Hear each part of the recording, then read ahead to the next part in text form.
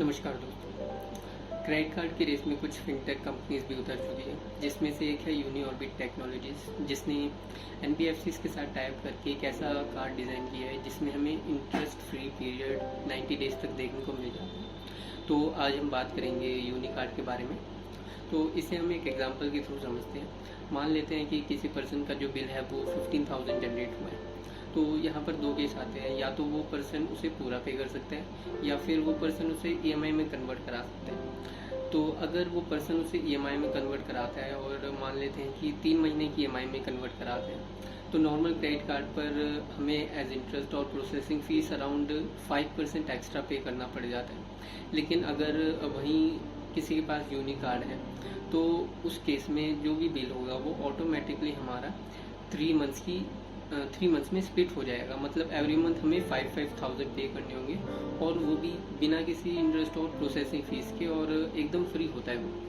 अब दूसरा केस यहाँ पे देखते हैं। अगर वो पर्सन उसे पूरा पे करना चाहते हैं तो नॉर्मल क्रेडिट कार्ड में हमें कुछ भी बेनिफिट देखने को नहीं मिलता है पूरा पे करने पे, लेकिन यूनी कार्ड में अगर हम उसे फुल पे कर देते हैं तो हमें 1% अनलिमिटेड कैशबैक हमें मिलता है। तो 15,000 का 1% हो गया अराउंड 150। तो जो भी बिल होगा हमें फिर सिर्फ 14,850 ही पे करना पड़ेगा। तो आज की जो वीडियो होगी वो 3 पार्ट्स में डिवाइडेड होगी। पहले में हम देखेंगे कि यूनी कार्ड है क्या, दूसरे में हम उसके बेनिफिट्स देखेंगे, और तीसरे में उसके ड्रॉबैक्स देखेंगे। तो चलिए शुरू करते हैं।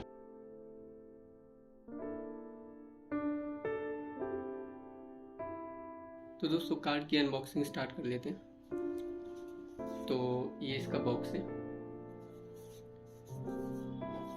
एक ऐसा बॉक्स है जैसे फोन्स के लिए आते हैं।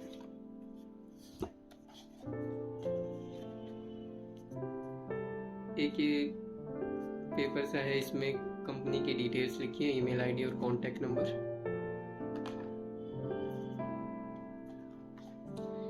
ये कार्ड है जो एक कार्डबोर्ड में अटका हुआ आता है।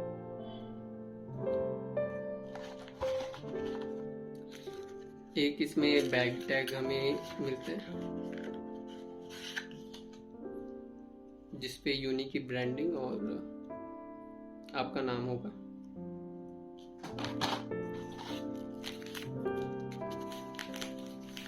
और एक काफी अच्छे फैब्रिक में हमें एक मास्क देखने को मिलता है,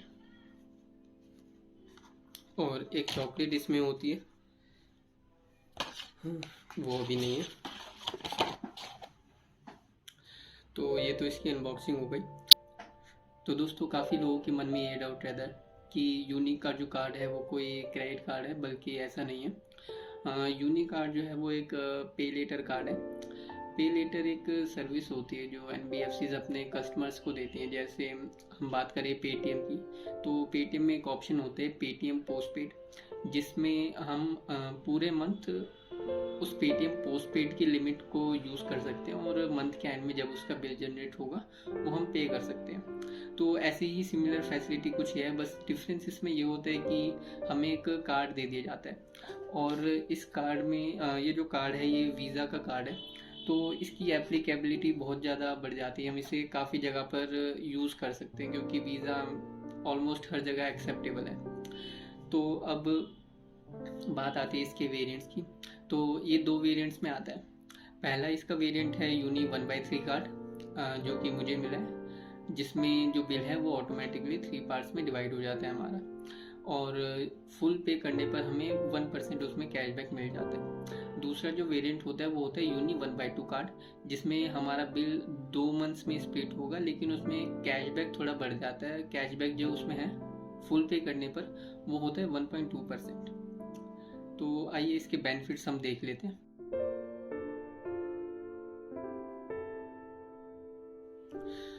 तो दोस्तों, सबसे इसका जो पहला बेनिफिट है वो ये है कि करंटली इस कार्ड पर कोई भी ज्वाइनिंग या फिर एनुअल फीस नहीं है, ये एकदम लाइफ टाइम फ्री कार्ड है। दूसरा इसका बेनिफिट है 3 मंथ्स या 2 मंथ में बिल का स्प्लिट होना, जो भी कार्ड का वेरिएंट होगा उसके अकॉर्डिंग। जो बिल स्प्लिट होता है हमारा वो ऑटोमेटिक होता है, उसके लिए हमें किसी भी टाइप की रिक्वेस्ट देने की ज़रूरत नहीं होती।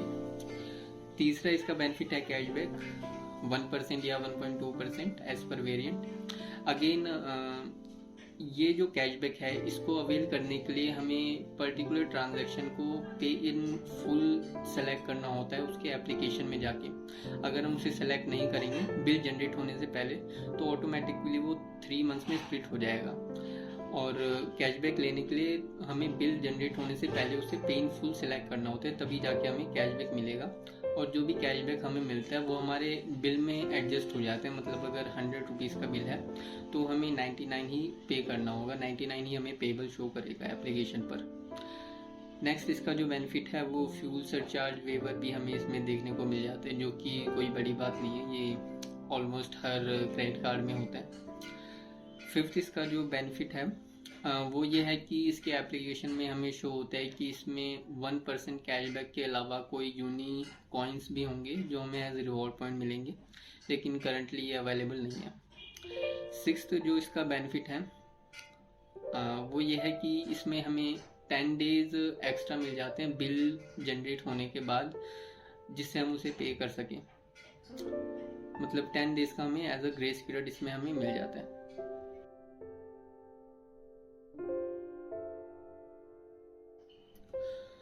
तो आइए अब हम इसके ड्रॉबैक्स देखते हैं। तो सबसे पहला इसका ड्रॉबैक ये है कि इसके जो बिल हैं वो हम इसके एप्लीकेशन के थ्रू ही पे कर सकते हैं, यूपीआई, नेट बैंकिंग या फिर डेबिट कार्ड के थ्रू। अब यहाँ पर हम जो कैशबैक एप्लीकेशंस होती हैं, जैसे पेटीएम पर हमें कैशबैक मिल जाता है, मोबीक्विक पर हमें कैशबैक मिल जाता है, या क्रेड है, तो इन सब एप्लीकेशन से हम इसका बिल पे नहीं कर सकते। तो दूसरा इसका जो ड्रॉबैक है वो ये है, इसमें वॉलेट लोड अलाउड नहीं होता, क्योंकि ये कोई क्रेडिट कार्ड नहीं है, एक तरह से लोन होता है और लोन के लिमिटेड यूज़ होते हैं, तो वॉलेट लोड इसमें अलाउड नहीं है। तीसरा इसमें ड्रॉबैक ये है कि अगर कोई पर्सन 3 महीने से ज़्यादा का बिल स्प्लिट करना चाहता है या ईएमआई कन्वर्ट करना चाहता है तो वो भी करंटली इसमें अवेलेबल नहीं है ऑप्शन। नेक्स्ट इसका ड्रॉबैक है कि ये एक कंज्यूमर लोन की तरह आपकी सिविल रिपोर्ट में रिफ्लेक्ट करेगा, और अगर किसी पर्सन के पास मल्टीपल लोन अकाउंट्स हैं और वो कोई कंज्यूमर लोन ऐड करता है तो वो लोन उसके सिविल स्कोर को डिग्रेड कर देता है। तो जैसे ही आप ये कार्ड अप्लाई करेंगे आपका सिविल स्कोर घट जाएगा। नेक्स्ट जो इसका ड्रॉबैक है वो ये है कि ये जो लोन है वो सिर्फ 60 मंथ्स के लिए वैलिड है, मतलब 5 साल के लिए। 5 साल के बाद हमें रीअप्लाई करना पड़ेगा इस कार्ड को। नेक्स्ट इसका ड्रॉबैक है कि अब क्रेडिट कार्ड जो होता है वो लोगों की स्पेंडिंग हैबिट को ख़राब कर देता है और ये और ज़्यादा लीवरेज देता है लोगों को ज़्यादा स्पेंड करने के लिए, तो ये बहुत ही गंदी चीज़ है। नेक्स्ट इसका सबसे जो बैड ड्रॉबैक है वो है इसकी हाई लेट फीस पेनल्टी, जो कि हमें देखने को मिलती है अराउंड 20 to 25%। अगर मैं बात करूँ मेरा जो बिल है वो 10,000 से 20,000 की रेंज में है और वो लेट हो जाता है, तो इस केस में 2,000 की मुझे पेनल्टी लगेगी, जो कि बहुत ज़्यादा है। क्रेडिट कार्ड पर जो होता है वो नॉर्मली 1000 या 1250 के आसपास होती है, लेकिन इसमें बहुत ज़्यादा चार्ज कर रहे हैं। नेक्स्ट इसका ड्रॉबैक ये है कि अगर हम इस कार्ड को इनएक्टिव रखते हैं 6 महीने तक तो भी ये कार्ड जो होगा वो बंद हो जाएगा और हमें दोबारा से रिक्वेस्ट रेज करनी पड़ेगी इस कार्ड को एक्टिवेट कराने के लिए। लास्ट इसका जो ड्रॉबैक ये है कि जैसे क्रेडिट कार्ड पर एक मिनिमम अमाउंट ड्यू होता है और अगर वो हम पे कर देते हैं तो हमें लेट फीस नहीं देनी होती, लेकिन जो रिमेनिंग अमाउंट होता है उस पर इंटरेस्ट लगता है, जो कि क्रेडिट कार्ड का 42% के आसपास होता है। सिमिलर इसमें भी है, अगर हम कोई अमाउंट पे नहीं कर सकते तो ये हमें फैसिलिटी एक देते हैं कि हम टोटल ड्यू अमाउंट का 7.5% एज मिनिमम पे कर सकते हैं। बाकी जो हमारा होगा वो आगे कैरी फॉरवर्ड हो जाएगा, सेम जो फीस होगी लेकिन उस पर लगेगी वो 4% की होगी। तो ये इसके ड्रॉबैक्स थे। तो दोस्तों ये जो कार्ड है ये मुझे अराउंड दिसंबर 2021 में मिला था, तो अराउंड मुझे 6 मंथ्स हो चुके हैं इसको यूज़ करते हुए। तो मुझे इसमें ऐसा कुछ खास बेनिफिट नहीं लगा है, सिर्फ इसके 1/3 स्प्लिट करने की। अगर मैं ऑनलाइन ट्रांजैक्शंस की बात करूं ऑनलाइन शॉपिंग की, जैसे अमेज़ोन है या फ्लिपकार्ट है, तो वहाँ पर ऑलरेडी कुछ क्रेडिट कार्ड हैं जो हमें 5% तक कैशबैक दे सकते हैं। इस कार्ड का सिर्फ उसी जगह यूज़ आ सकता है जहाँ पर हमें जो परचेज़ है वो स्प्लिट करनी हो ईएमआई में, बेसिकली 3 मंथ्स की ईएमआई में। बाकी अगर किसी की ऑफलाइन शॉपिंग ज़्यादा होती है तो वहाँ पर ये कार्ड काफ़ी ज़्यादा यूज़फुल है, क्योंकि वहाँ पर हमें एक तो ईएमआई कन्वर्जन भी देखने को नहीं मिलती कहीं कहीं पर, और कैशबैक भी देखने को नहीं मिलता है, तो वहाँ पर ये कार्ड बहुत ज़्यादा यूज़फुल है। तो आज के लिए बस इतना ही। अगर कोई भी आपका क्वेश्चन हो प्लीज़ कमेंट सेक्शन में पिन करें, मैं उसका रिप्लाई दे दूँगा। बाकी वीडियो को लाइक शेयर और सब्सक्राइब ज़रूर करें। Thank you.